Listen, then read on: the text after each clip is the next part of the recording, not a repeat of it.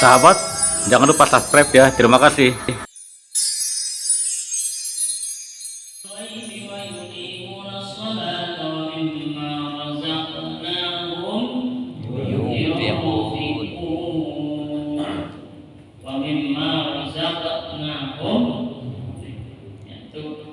Rezeki dari apa yang kami rezekikan, mereka menginfakkan sebagian dari apa yang Allah rezekikan.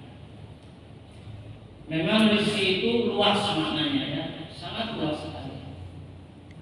Ya, misalkan dalam surah Hud, ketika Allah menyatakan bahwa tidak ada satu makhluk pun yang Allah ciptakan kecuali rezekinya sudah dijamin oleh Allah.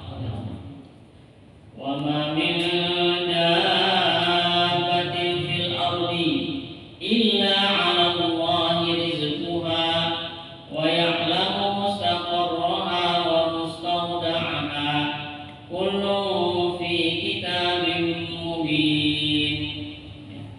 Tidak ada satu makhluk pun, binatang pun, dabbah fil ard, di atas muka bumi ini.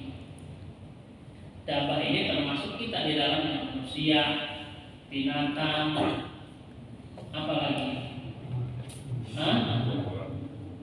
Tumbuh-tumbuhannya semuanya, ya, makhluk Allah, ya, yang ada di muka bumi ini semuanya, yang di atas udara, yang di atas bumi, yang di bawah bumi, yang di bawah air, ya, ikan-ikan, semuanya itu sudah disediakan oleh Allah rezekinya. Wa ma min dabbatin fil ardi illa 'ala Allahi rizquha.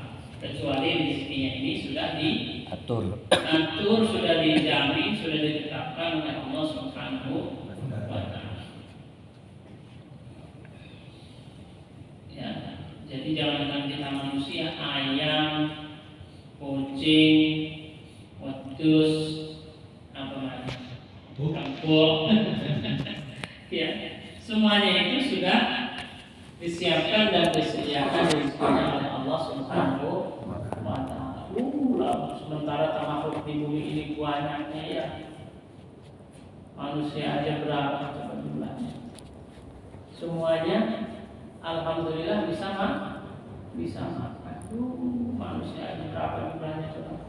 Penduduk Indonesia saja 250 jutaan. Cina mau sendirian kayaknya. Cina kan paling banyak itu penduduk itu Cina sekarang ini. Yang keduanya India ya. India itu luar biasa penduduknya. Tapi kalau dari segi budaya terus ini masih sangat sederhana India itu. Jadi itu saking kayanya pas begitu mendengar penjelasan Rasulullah bahwa orang kaya itu lama masuk surganya, bukan apa-apa karena harus dihisab satu persatu. Akhirnya Abdurrahman itu pengen miskin kan, pengen miskin tapi susah karena sudah terlanjur kaya. Ya. Tapi masih mending ya kan, kaya masuk surga lama. Ada yang miskin nggak masuk surga lagi. Ngapain? Orang-orang kaya dia pada masuk, dia belum masuk. Waduh, ternyata tersandra. Ini apa itu? Karena nggak ada majelis taklim mungkin. Makanya ketika dulu antara yang kaya dan miskin itu para sahabat Rasulullah itu ada yang protes kan. Kata sahabat yang miskin, "Dhahaba ahlul dusur bil ujur." Wah, Rasul enak banget itu. Orang-orang kaya mengatakan banyak banget pahalanya. Apa kata Rasul? Iya, katanya ketika kami sholat, mereka sholat. Ketika kami puasa, mereka puasa. Bila mereka sedekah, mereka infak. Kami nggak bisa infak, nggak bisa sedekah. Kata Rasul jangan begitu. Ya mereka memang sudah karunianya seperti itu. Tapi kan bisa juga kamu dengan tasbih sedekah, dengan tahmid sedekah, dengan takbir sedekah. Makanya ini Artinya potensi mah sebenarnya sama, ya halnya mungkin caranya saja yang berbeda. Jadi kita nggak usah iri. Wala tatamannau ma faddalallahu bihi ba'dakum. Jangan kalian berharap mengangan-angankan kelebihan yang Allah berikan kepada sebagian kalian. Nggak usah. Walaupun wajar kalau kemudian irinya untuk kebaikan, ya kan? Itu mah beramal, punya harta, banyak infak, nggak apa-apa kalau iri begitu mah, gitu ya. Artinya untuk hal positif, kan gitu ya. Bukan kemudian iri, dengki, kemudian ngomongin, ngejelekin, kan gitu. Bahkan kemudian kita berusaha untuk merampas kekayaannya. Itu iri dan dengki yang menjadi perbedaan. Tapi kalau kemudian iri dalam kebaikannya, iri dalam ibadahnya, itu yang memang dianjurkan supaya menjadi motivasi dan dorongan bagi kita. Tetapi tidak cukup dengan itu saja. Kalau kemudian kita tidak punya potensi di situ, ada potensi yang lain. Makanya kata Rasulullah, fleksibel. Man kana lahu malun falyatasaddaq bimalihi. Barang siapa yang punya harta, silakan bersedekah dengan hartanya. Wa man kana lahu ilmun falyatasaddaq biilmihi. Barang siapa yang punya ilmu, maka sedekahlah dengan ilmunya. Wa man kana lahu quwwatun, dan barang siapa yang punya tenaga, falyatasaddaq bi quwwatihi, maka silakan untuk bersedekah dengan tenaga. Artinya semua potensi itu diberikan oleh Allah Subhanahu wa taala. Ya, seperti misalkan ya kalau ada orang kita ya misalkan orang berangkat haji umroh, ya kan? Kebetulan baru pulang umroh juga kan yang ya. Merasakan kemarin. Nah, itu. Jangan iri, ya nggak bisa lah. Karena umroh itu kan biayanya mahal, haji itu biayanya mahal. Tapi ada yang punya persamaan. Yaitu dengan apa?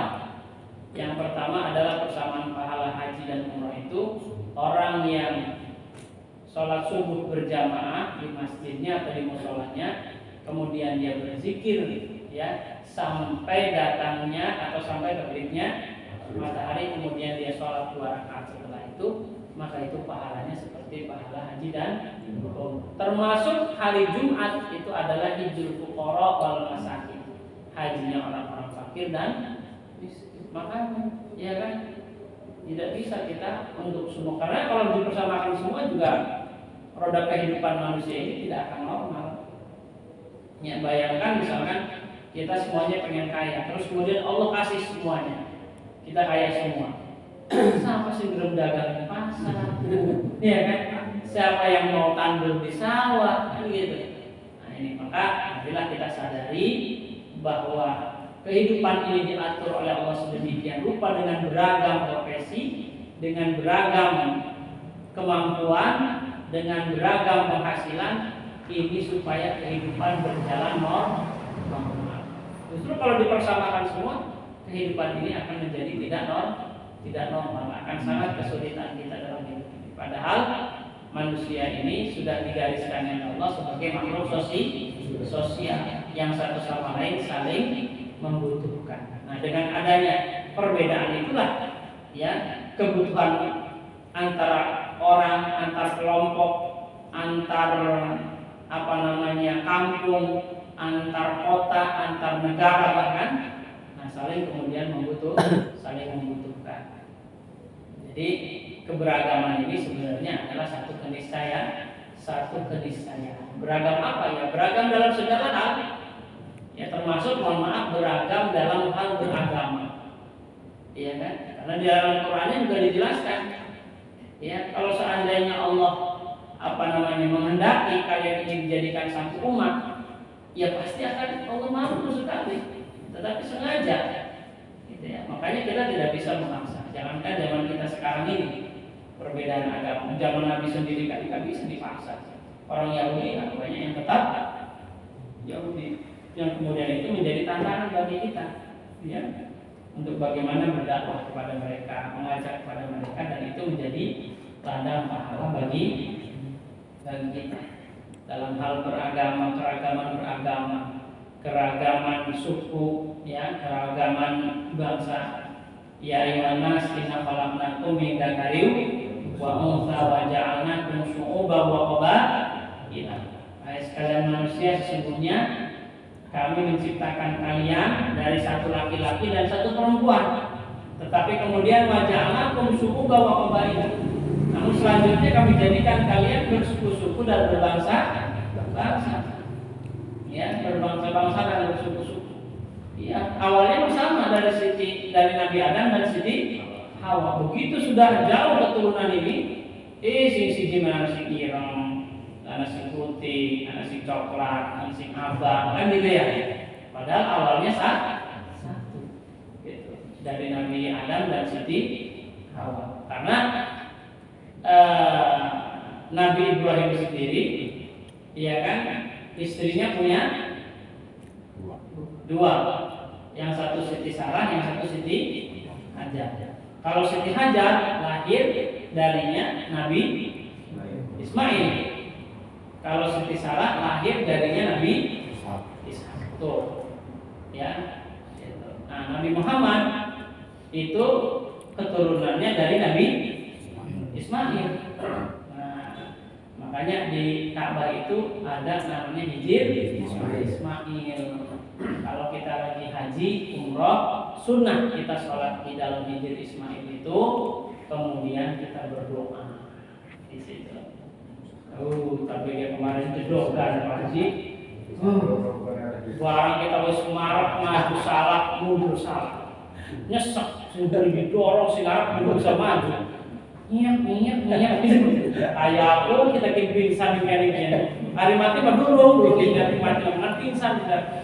Oh, lawan suwe-suwe bakal pingsan kita kiri. Awan-awan biasa. Nah itulah. Jadi haji umroh, ya mungkin yang bisa ya memang harusnya ke sana. Tetapi kalau yang tidak bisa, Allah berikan jalan dan cara untuk sama-sama meraih pahala, nilainya, walaupun secara pelaksanaan ya mungkin tidak, tetapi kan sama.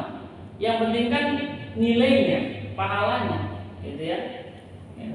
Aku pengen uding, Ustaz. Kan uding Mekayu.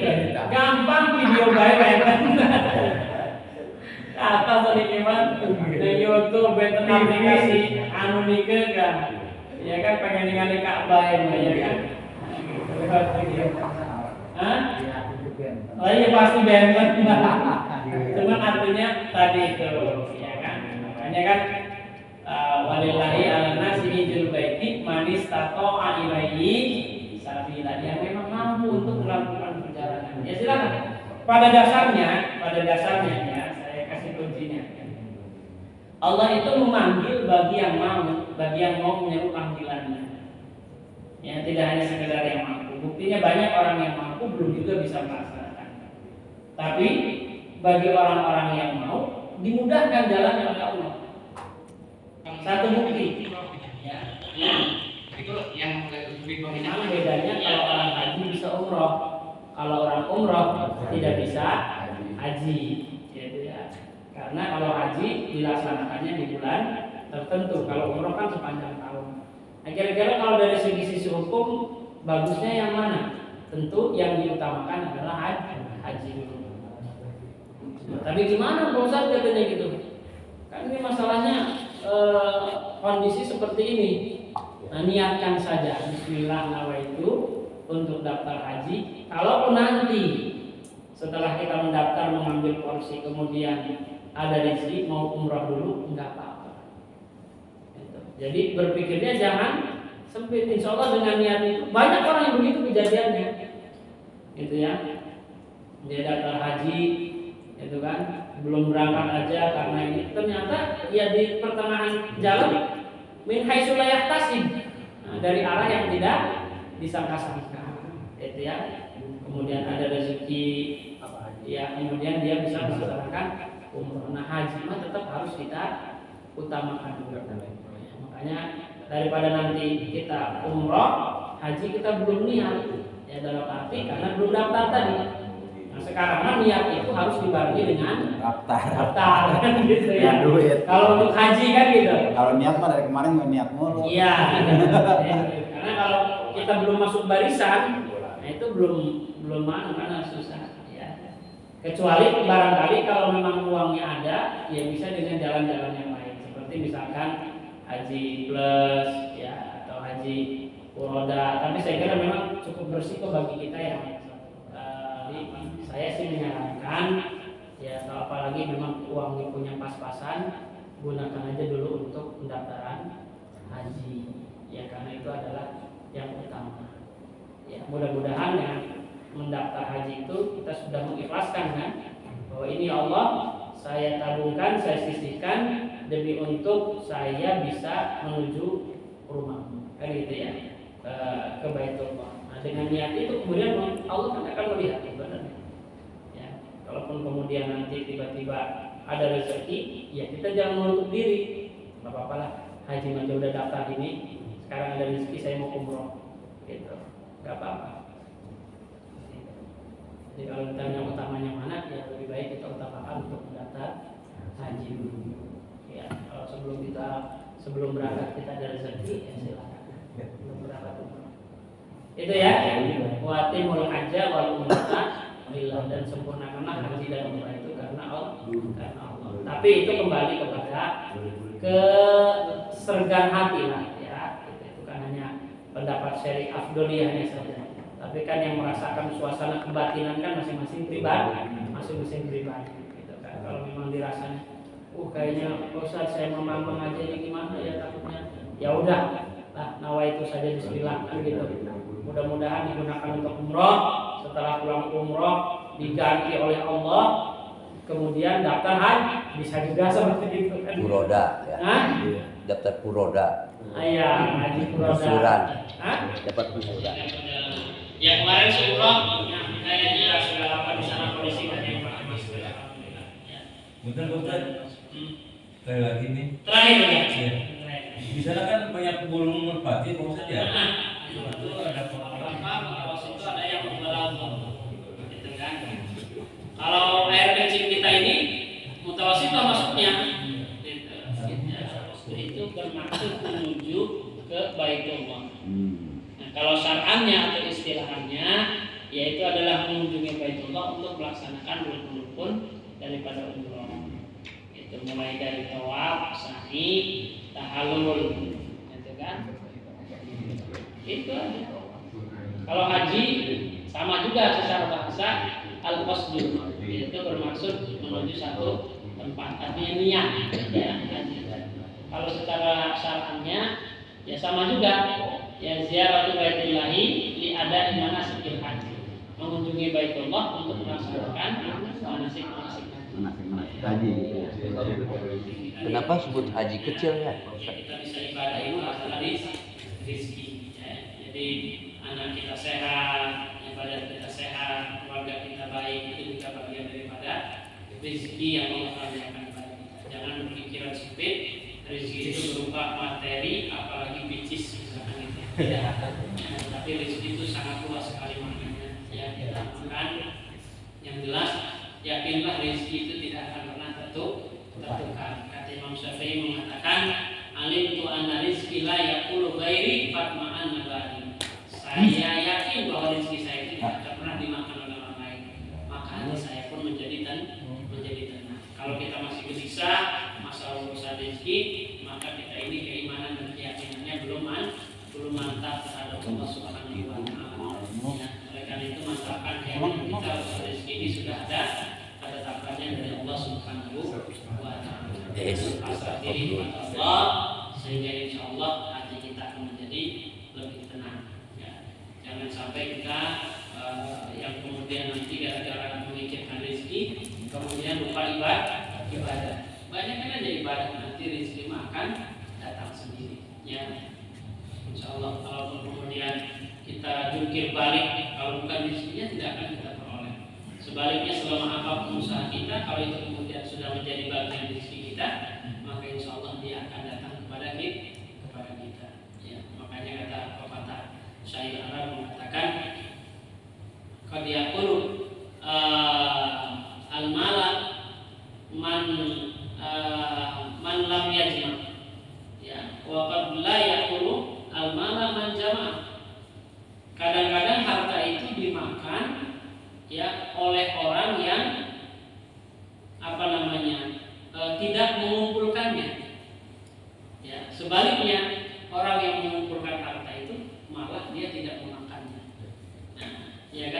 menumpuk-numpuk harta tapi dia tidak bisa menikmati.